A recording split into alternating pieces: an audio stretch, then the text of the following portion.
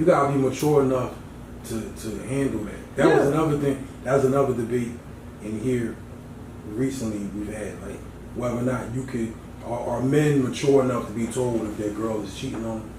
What do you mean? Like I know some dudes who I can say, hey, your girl, she wildin', and there's other dudes I ain't saying nothing to. And most of the people that come here, they've all said, no, I'm not telling. Well, it depends on what your relationship with that person is. Mm-hmm. If he's just an associate, somebody that I, for example, if I worked in a barbershop and the person works next to me, you know, we don't have anything in common other than the fact that we cut hair next to each other, we see each other every day, whatever. And I'm at the movies one night and I see his girl there with somebody else, girl that comes to the barbershop to pick him up every day, and I see her there with somebody else. I'm not gonna say nothing. That's not my place. Yeah, exactly. You know what I mean? But if it's, for example, Bilal, this is, you know, my man, you know what I mean, and we have history, you know, and I seen his wife somewhere, you know. Yeah, I would say something. I agree. I would say something. Here's where I said I wouldn't do it. If I knew Bilal would go home and murder her, I ain't telling her. But you never know.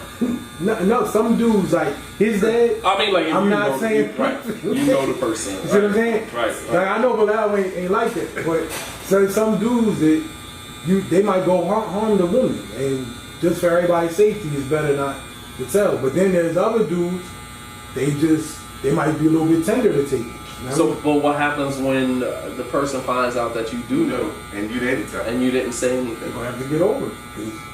I mean, I'm usually then he looks at you as betraying him. That's treacherous because you knew my girl was cheating or you knew my wife was cheating and you never said nothing to me. What if we just associates? We just working at each other. Right. So it would depend on what your relationship is with that person. Yeah. You know? It is messed up, but my thing is that's why, like my man here, Keith, he said he'd rather not know. Like I don't want to know because if I'm happy, then I'm good. That was his thing. What do you mean? In other words, when he don't know won't hurt. Yeah. So hold on, let me back up. Let me process. That was his thing. So what you're saying is he said that if his girl was cheating or his wife was cheating, he wouldn't want to know because he's happy. Now, depending on the relationship that I have with the girl, I feel the same way. Depending on the relationship. There's some relationships, I was saying before, some relationships I don't have that much thrown into it. So it don't really matter to me. But other ones, you know, I might be really upset. So wherever I meet the girl at, if I meet her on that tip, and I already, like, cause some dudes, they get with women, Muslim or not, you already know what kind of girl she is. Mm-hmm. So if I already know you got the potential to do that, and I still go for it, I'm not going to be mad at you. Mm-hmm. But if I meet you one way, if I think you're Michelle Obama and you end up being Cardi B, then I'm going to be upset. But if I met you... about Muslims though, right? I'm talking about anybody. Anybody in general? Yeah, but even as Muslims, listen, see, I don't know what you be seeing as a man. I know you hear this stuff, but I hear all kinds of stuff. I've heard it all. There's nothing that you can say to me that might surprise me. Nothing. I work in Philly every day. Listen. The stuff that I be hearing. Islam in Philly is different. You ain't never That's a whole different. My goodness. Well, Islam in Atlantic City is different. Yeah, but Philly's a whole. So there's a big thing now, right? Man. Where there's groups of Muslims, right? I don't know how I say this correctly, so nobody get mad at me, right? There's a group of Muslims who they play like the co-wives be flirting with each other, and you know, be like you saw the undercover stuff was going on around here a few months ago. Well, undercover stuff. Oh yeah. These dudes are on the down low from the church. Yeah. The guys were sleeping with each other. All right. It was, but it's a lot of push people. Forward, keep going. Yeah. There's a lot of that undercover stuff going on both sides, men and women, and it's scary because like these are people that we know, and then once it got exposed, we looking like, damn, you be doing it, you know what I mean? And I don't be surprised because I don't be surprised because I know I've been hearing this stuff. They got secret message groups on Facebook, secret groups on, you know, in Instagram. It'd be a whole bunch of stuff, but people were putting these personas out, and it don't surprise me when I see it But when other people see it, then they getting discouraged because they're like, well, damn, who the hell are we supposed, like, especially the women, like, who we supposed to marry? You know what I mean? But then when you tell them, like, look, man, you're going to have to double up and marry a good brother. They don't want to do that. You know what I mean? But then they knowing that a lot of the dudes out here is on some other stuff. Whether, like I said, whether they're undercover homosexuals or abusive or it's a lot. It's just a whole lot. And I mean, in the Prophet Sallallahu Alaihi Wasallam prophesied that there would come a time where men would find companionship with other men and women would find companionship with other women. And, you know, with all of the, you know, one of the things I want to talk about this afternoon, like, it's a different energy in our environments today. It's, you know what I mean? Like, when you change the energy, you know, through sin, disobedience to Allah subhanahu wa ta'ala, when you change the atmosphere, you change the energy, you open up the doors for shayateen, for devils. You open up the door for demonic energy. And you know what I'm saying? When you go to places, for example, like Atlanta, you go to places like Philadelphia, the moment you enter into the city, you can feel that there's a certain energy here. You know what I'm saying? That's it's eerie, it's very uncomfortable. You know, and that's because of the behaviors and practices and things that people are engaging in, which is changing the atmosphere, it's changing the energy in the atmosphere. So it just breeds more sinful behavior. You know what I'm saying? Like, and that is what I believe we are experiencing in the Islamic community. Yeah. I mean, sin has always existed in the Muslim community, but sin 20, 30 years ago in the Muslim community is totally different than the sin today. What separates sin 20 years ago? I mean, like here in Atlantic City, you know that. You know, you had, you know, Bilals and Salams. You know, we're talking about Muslims murdering other Muslims. You had, you know, children being born out of wedlock. A lot of Muslim children that are in their 20s now are children, Muslim children who were born out of wedlock to Muslim, both Muslim, you know what I mean, Muslim parents. You know what I mean? It's like, how does that even happen? She's Muslim, he's Muslim, and the child is born out of wedlock. Why the hell didn't y'all just get married? The point that I'm making is that sin, those sins during that time is different than the sins that are being committed today. Yeah. And the factors are, sin during that time was already regarded as sin. People knew it was a sinful behavior. They didn't bring it in public. They didn't bring it around the masjid. You know what I'm saying? Like, I'm from North Jersey, so in North, if a person is not practicing Islam, you're not going to see them in the masjid. Yeah. They don't bring it around the Muslim community. They don't come around. Like, if a sister takes off hijab and she's not practicing Islam, you're not going to see her in the masjid on Jumu'ah, on, you know, she's not going to come around. Because there's this unspoken rule in the Muslim community up there, all right, that if you're engaging in haram, then that's, you know, you do that on your own personal. You don't bring that to the community. And what we see today, the difference between that is that now Muslims are finding ways to legalize and justify the sins that they are committing. They're legalizing it. So we say, for example, oral sex is not haram. It's not zina. Excuse me, not haram. It's not zina. So therefore, it's not a major sin. It's just a woman putting her mouth on the private part of a male. And, you know, it's a sin, but it's not. Now, this is real. Yeah. This is something that was spread in the Salafi community amongst Salafi imams. You know what I mean? Who created that to justify that behavior. So another thing, you have, for example, marriage with the intention of divorce, which is none other than muta, which is haram. Prophet ﷺ made muta haram all the way up until Yawm al-Qiyamah. But they do it today under the guise of the permissibility of marriage with the intention of divorce. So you're going to marry a sister, but you have absolutely no intention on remaining married to her. She doesn't know that. And that's the only difference between that marriage and muta. Because muta, it's an agreement between both parties. We're going to marry here today. You know, by 2 weeks from now, we're going to get divorced. And there's an agreement between the man and the woman. Yeah. The only difference between muta and marriage with the intention of divorce is that you don't state that to the woman, which makes it deceptive. Because if that woman knew that you were marrying her on Friday and by Sunday she was going to be divorced, I don't think any woman in her right mind would be okay with that. Yeah, exactly. But here again, we have legalized this stuff. And we are opening doors, man, subhanAllah, we're opening doors for, just destruction on in our ummah, man. So, all these things are going to increase, man. They're going to increase. So the thing that I keep telling people is, one, that's how we start doing this, because you need to talk about it. But to me, I think both men and the women, they need to start having more realistic expectations about what they're going to get out of these relationships, because they don't know the difference between what you're saying. Does that fall under like a misyard marriage, almost, where because you can have, it makes a muta and it's haram if you make the intention.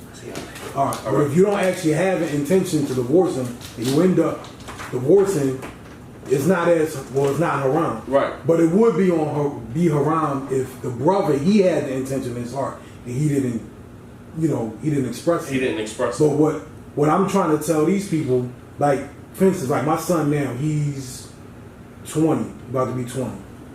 And it's hard to tell, not necessarily my son, but 20-year-olds, 21-year-olds, 19-year-olds. If you're growing up in the world and everybody else has boyfriends and girlfriends and stuff, and here he is at 20, he ain't had a girlfriend or nothing yet. He's trying to do things the right way.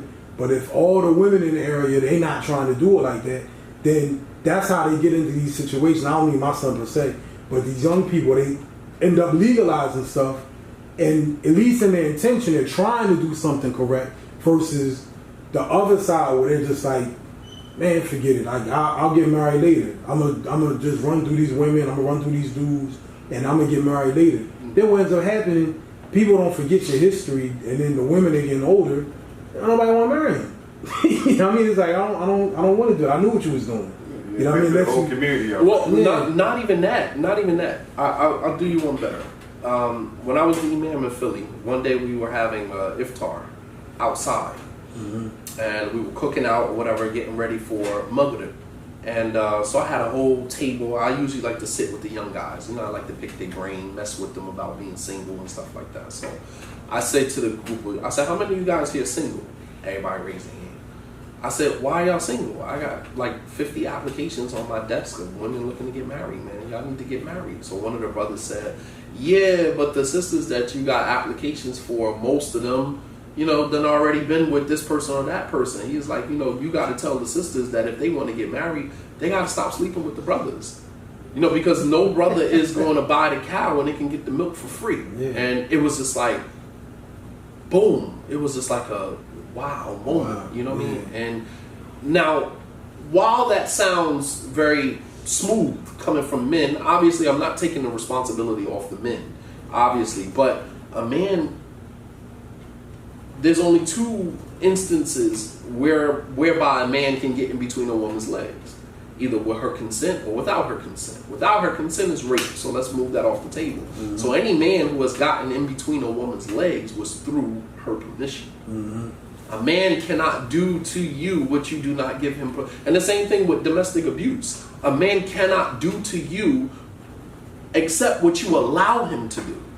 Verbal abuse, domestic abuse, all types of abuse, even sexual abuse. Mm-hmm. A man cannot do except what you allow him to do. So you can let the smooth talking and then turn around and say, well, the brothers need to fear Allah because they out here sleeping with the sisters, but a man cannot sleep with you unless you give him permission to do so. You know what I find? This is what I find with people. You have reality, right, versus how you perceive it to be. Mm-hmm. You know what I'm saying? And a lot of times, we don't like to deal with reality. We want to look at things how we perceive it to be or how we want it to be versus reality. Mm-hmm. And the reality is, I'll use myself for instance. My mom got high, right? Mm-hmm. My mom got high. She shot dope. Right? Mm-hmm. That means she was a dope fiend. Mm-hmm. But because she's my mother, I don't want to use them terms. Yeah. But the reality is she was a dope fiend. Mm-hmm. You understand what I'm saying? And the same thing with these sisters. Sometimes these young brothers, these brothers talk to these sisters and they woo. And what happens is sisters see things how they want them to be, but they don't look how it is. The reality. And that's what happens. Because they get this fantasy idea about, you know, the brother's talking to the sister. He tells the sister, yeah, I love to go to lunch. I would love to take my wife, have a picnic, right?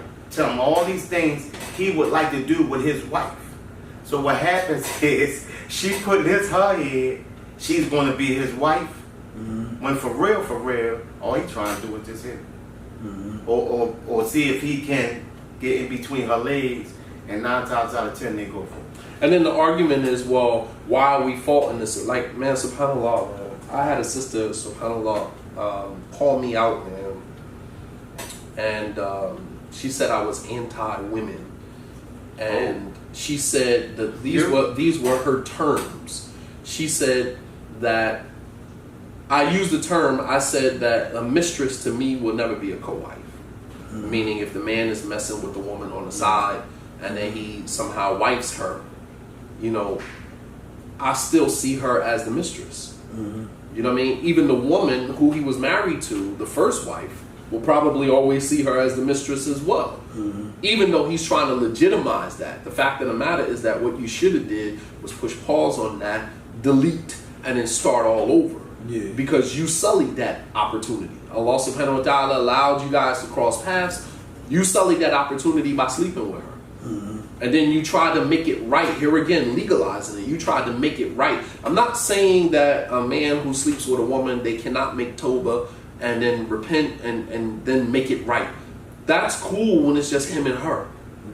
But when he has another wife and then you sleep with this woman, your wife finds out about it, you wife her, and then you expect your first wife to accept her as a legitimate co-wife, no first wife is going to accept that. And then the men force the women to do that. So my advocacy is always for the person that's being oppressed in that situation. And the person that's being oppressed in that situation is the first wife. So I had a sister say, you know, he violated, like how could you say that? And the man violated the woman's private part by committing fornication with her. I'm like, violated her private part? Is that the language that we're using now? He violated her private part because he knew it was haram. But she knew it was haram. He couldn't have got in there without her permission. The hadith of the 3 men who were trapped in the cave, right? And the second guy, he said, I had a cousin. They got trapped in the cave and they had to use what is called tawassul. Call on Allah by some good deed that they did to have Allah remove the boulder so that they can get out. So this second guy, he said, I had a cousin that I loved dearly, like any man will love a woman, and I wanted my way with her. He said, so I made an offer to her to give her a certain amount of dinars to allow me to have my way with her. And she refused at the beginning. He said, وَأَلَّمَتْهَا الزَّمَانِ, and over time, she fell on hard times. Poverty will do some things to you, you know. Umar radiallahu anhu, he said, "Lo kana faqr rajulan laqataltuhu," that if poverty was a man, I would kill him. Poverty desperation will make you do some things that you never thought you would do. He said she fell on hard times. She came back and took the offer. He said, فَلَمَّا وَقَعْتُ بَيْنَ رِجْلَيْهَا, when I got down in between her legs, with her permission, this wasn't rape. She looked at me and she said, Ya Abdullah, ittaqillah. وَلَا تَفُضَّ الْخَاتَمِ إِلَّا بِحَقِّهَا. He said, oh Abdullah, fear Allah. And don't do this except with do right. Meaning through marriage. If you want this, then do it through marriage. She allowed him in, and then she stopped him before he got to that place. And he said he was so shocked. Fear ran through him because he never expected in that moment for her to come to her conscious, come to the realization that this is haram and say that. He said, I was so shaken, I got up off of her and I walked away from the situation. I told her to keep the dinars that I offered her, and I walked away from the situation. He said, oh Allah, if I did that, I walked away from that situation totally fearing you, then move the boulder so that we can get out. The point that I'm making is that he could not have gotten between her legs without her permission, and he did not remove himself from her legs except through her permission. Yeah. You understand what I'm saying? So where is the responsibility on the women in these situations? They're taking zero responsibility. I don't care how much game. Not every woman who a man spit game to goes for it. There's a certain type of woman who falls in love with the idea of being in love. You want to be in love so bad that you'll take it no matter how it's packaged. And there's some women who want to be in love, but they want it exactly the way that they envision it in their minds. And I'm not going to settle for anything less until I have it exactly the way that I envisioned it in my mind. And they never get it. And they never get it. And some women just remain single. Or some women, they might dabble in this or that, but they take full ownership and responsibility. They don't go out saying, oh, he violated her private parts by committing zina with her. It's like, but what responsibility are you putting on the woman? Like, they have allowed this whole idea of feminism, of, you know, women's rights to now supersede what is hot, what is truth. You know what I mean? Like, you can't, like, I get it. Like, yeah, he spit the game, and I try to be balanced, you know, as much as I can. You know what I mean? Obviously, I'm a man. So my trying to be balanced is from another side is always going to look like, oh, he's siding with the brothers. But anyone who knows me know I go hard for the women. Yeah, you do. I go hard for the sisters. Yeah, we don't be liking it. You know what I mean? I'm sure. I'm sure. You know what I mean? But here again, I'm a product of a single mother. So my heart breaks when I see women being put in these situations. You know what I mean? That's natural for me. You know what I mean? But at the same token, I still have to exercise some type of fairness and justice. You know what I mean? And to someone, for women now, they have this privilege.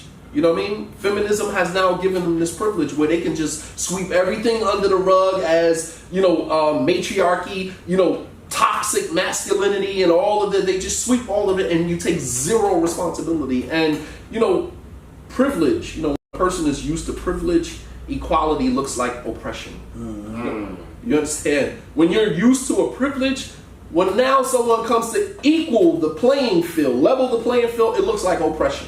So, you know, I'm sorry that sometimes I have to keep it 100 and I have to state it like it is. But this whole idea that, you know, men are somehow responsible for sleeping with the women, who's giving them permission to do this?